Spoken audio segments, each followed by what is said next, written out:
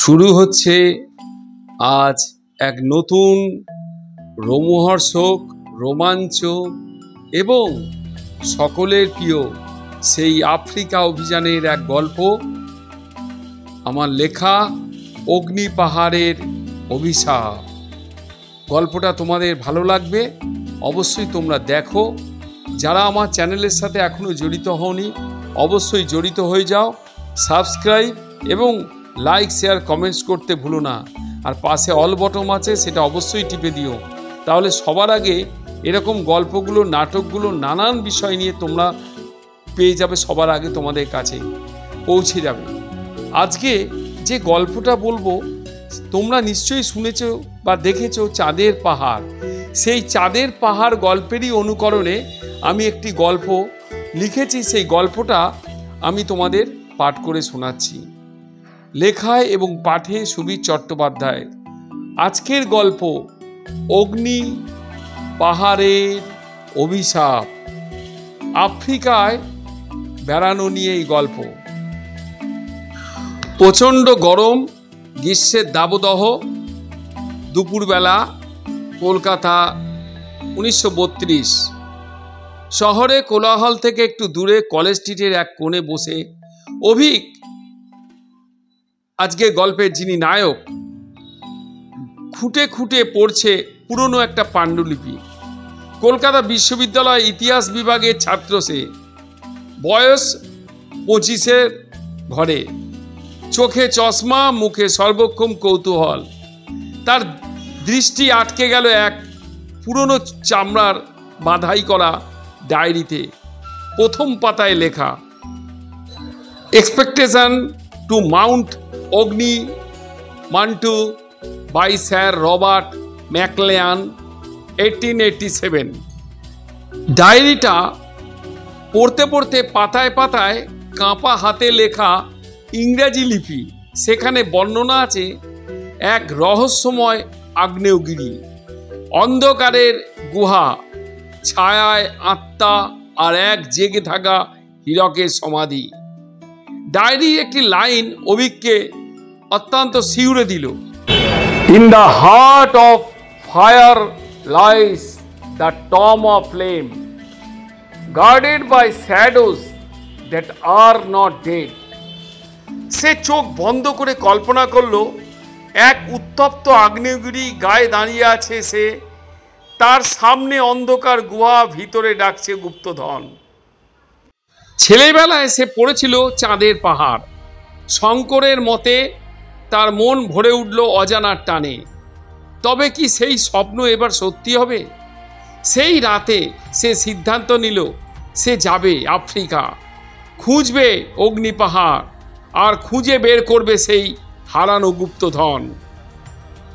পরের কয়েক সপ্তাহ অভিকের জীবনে এক উত্তাল স্রোত বইয়ে দিল। প্রতিদিন ক্লাস শেষে সে চলে যেত ব্রিটিশ লাইব্রেরিতে।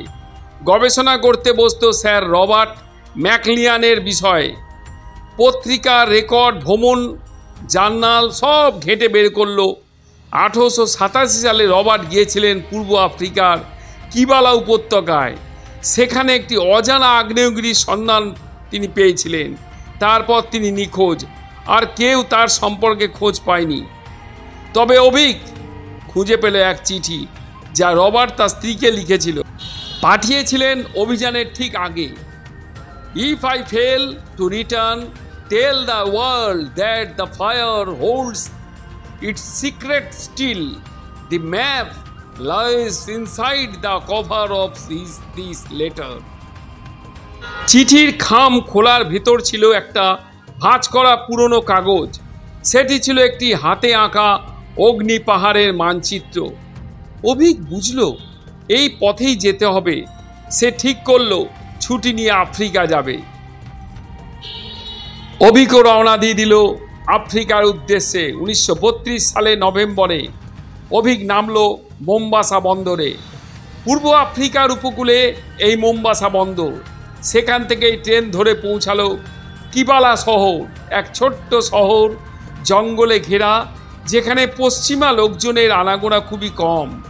সেখানে সে পরিচিত হলো চুম্বা নামক এক স্থানীয় পথপ্রদর্শকের সঙ্গে। একজন শক্তপোক্ত নির্ভরযোগ্য আফ্রিকান, যিনি পাহাড়ের জঙ্গলে বহুবার গেছেন। চুম্বা চোখ সরু করে অভিকের মানচিত্রে দেখে বলল, তুমি ওখানে যেতে চাও? ওই জায়গায় তো ইম্বালাকা থাকে, অগ্নিরক্ষক, শয়তানের ছায়া। তুমি কি করে যাবে? অভিক একটু কেঁপে কেঁপে উঠল, সাহস হারালো না। সে জানতো প্রতিটি কিংবদন্তির পেছনেই একটা সত্য লুকোনো আছে। ভয় পেলে চলবে না, এগিয়ে যেতে হবে, কারণ সে চাঁদের পাহাড়, সেই শঙ্করের কথা সে তার মনে পড়ল বড় বারবার। তাই সে এগিয়ে চলল। শেষ পর্যন্ত অভিকে নাচরবান্দায় শুরু হলো অভিযান। দুজন ক্যারিয়ার আর প্রয়োজনীয় জিনিসপত্র নিয়ে তারা রওনা দিল কিবালা শহরের উত্তর পশ্চিম দিকে, যেখানে লোকমুখে অগ্নিমন্তু নামে একটি রহস্যময় আগ্নেয়গিরি অস্তিত্বের গুজব আছে। দিনের পর দিন পেরিয়ে তারা চলল সেই উদ্দেশ্যে, অগ্নি পাহাড়ের কোলে। দিনের পর দিন পেরিয়ে চলল তারা একে একে বৃষ্টি ভেজা গহন জঙ্গল, বিষধর সাপের গর্ত, হঠাৎ হঠাৎ অজানা আওয়াজ, থমকে যাওয়া কত পাখি, কত পশু। রাতে শেয়ালের ডাক শিউরে উঠতে লাগলো তাদের শরীর। কোনো ভীতি, কোনো ভয় তাদের আটকাতে পারল না। ক্ষুধা, তৃষ্ণা, সমস্ত কিছুকে বর্জন করে তারা এগিয়ে চলল। তারা এক অভিযাত্রী হিসাবে সেই শঙ্করের কথা তার বড় বড় মনে পড়ছিল। কখনো রাতে শেয়ালের ডাক শিউরে উঠতে লাগলো, কখনো সিংহের গর্জন। তারা এক আদিবাসী জনপদে পৌঁছালো অনেক কষ্টে। সেখানে এক বৃদ্ধ বলল, তোমরা অগ্নি পাহাড়ের মুখ খুলতে চাও? তবে জেগে দেখো, জেনে রাখো, আগুন শুধু আলো দেয় না, সে পুড়িয়ে দেয়, ছারখার হয়ে যাবে। চুম্বা সতর্ক করলো, সাবধান অভিক, কেউ ফিরে আসেনি, কেউ ফিরে আসেনি, তুমিও ফিরে আসবে না। এখনো বলছি, তুমি তোমার যাত্রা বন্ধ করো। চতুর্থ দিনে তারা দেখতে পেল পাহাড়ের প্রথম ছায়া, এক বিশাল কুচকুচে কালো পাথরের স্তূপ, যার চারপাশে গাঢ় লাল মাটি আর ছাই। পাহাড়ের মাথা সারাক্ষণ ধোঁয়ায় ঢাকা। চুম্বা ফিসফিস করে বলল, ওই পাহাড় জেগে থাকে রাতে। তারা আশ্রয় নিল পাহাড়ের পাদদেশে। রাত গভীর হলে অভিক টের পেল মাটি কাঁপছে খুব আস্তে, যেন নিচে কিছু নড়ছে। হঠাৎ গাছের ফাঁকে দেখা গেল একজন মানুষের মতো ছায়া, কিন্তু তার চোখ জ্বলছে আগুনের মতো আর হাঁটছে, যেন মাটিতে তার কোনো ছায়া নেই। চুম্বা কাঁপতে কাঁপতে বলল, ইম্বালোকো, ইম্বালোকা, পাহাড়ের অভিশাপ এসে গেছে, খুব সাবধান। সকালের আলোয় অভিক ঘুম ভাঙতেই দেখে চুম্বা গুহার মুখে বসে আছে। তার চোখ লাল, গলা স্বর কাঁপছে। রাতে যেটা আমরা দেখেছি সেটা মানুষ না। চুম্বা বলল, আমাদের ফিরে যেতে হবে, এটা বোকামি। কিন্তু অভিক থামার মানুষ নয়। সে জানে রহস্য তার সামনে, যদি এখন থামে তাহলে বাকি জীবন আফসোস করেই কাটাতে হবে তার। কারণ সে চাঁদের পাহাড় গল্পটা দেখেছে, পড়েছে, সে শঙ্করকে জানে। শঙ্করের ভাবনা তার মনের প্রাণে ঘিরে আছে। পাহাড়ের গা বেয়ে উঠে তারা পৌঁছালো সেই প্রাচীন গুহার মুখে। সেখানে রবার্ট ম্যাকলিয়ান শেষবার ঢুকেছিলেন। গুহার মুখ পাথর দিয়ে আড়াল করা, মাঝখানে খোদাই করে লেখা, bleed before you lead. Abhik কিছু বুঝে উঠতে না পেরে নিজের হাতের তালু কাটে। রক্ত ছোঁয়ায় পাথরে এক ফাটল। মুহূর্তে গুহার দরজা গড়িয়ে যায়, একপাশে খুলে যায়।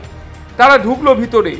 গুহার ভিতর যেন আরেক জগৎ, চারপাশে আগ্নেয় শিলা, মাঝে মাঝে তপ্ত বাতাস, দূরে ধ্বনিত হয় এক অনুচ্চ আওয়াজ। মাটির নিচে যেন কিছু চলছে, দম বন্ধ করা পরিবেশ গড়ে উঠেছে।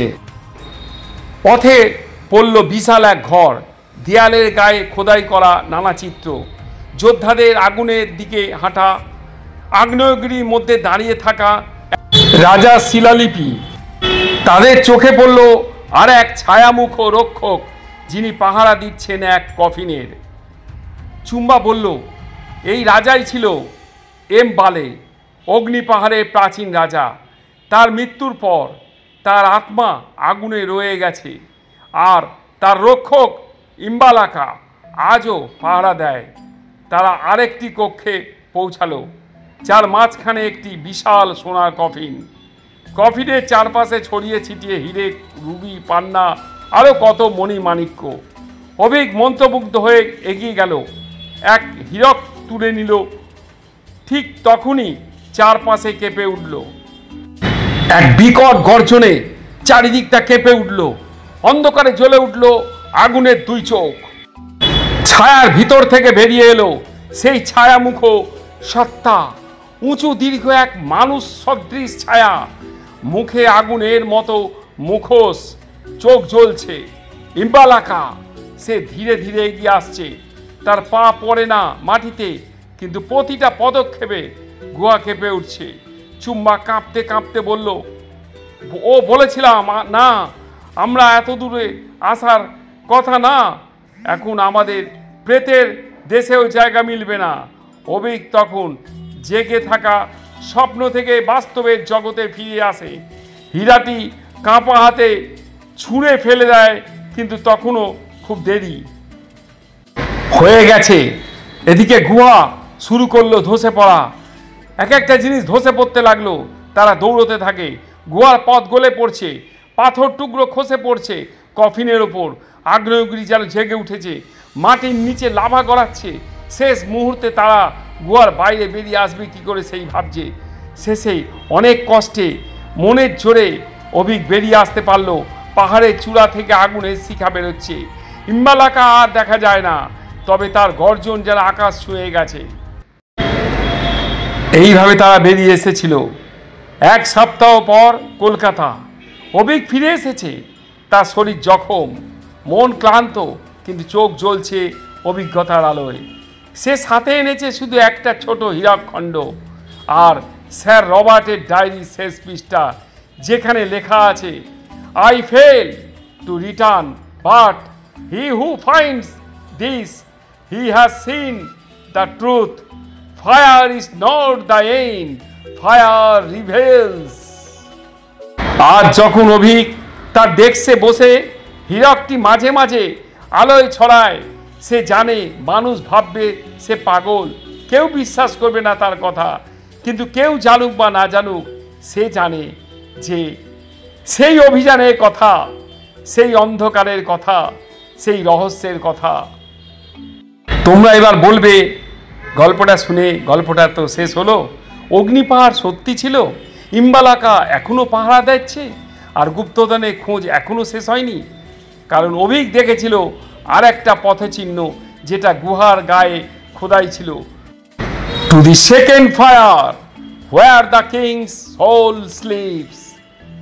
কেমন লাগলো বন্ধুরা? গল্পটা এখানেই শেষ। ভালো লাগলে চ্যানেলটিকে সাবস্ক্রাইব এবং লাইক, শেয়ার, কমেন্টস করতে ভুলো না।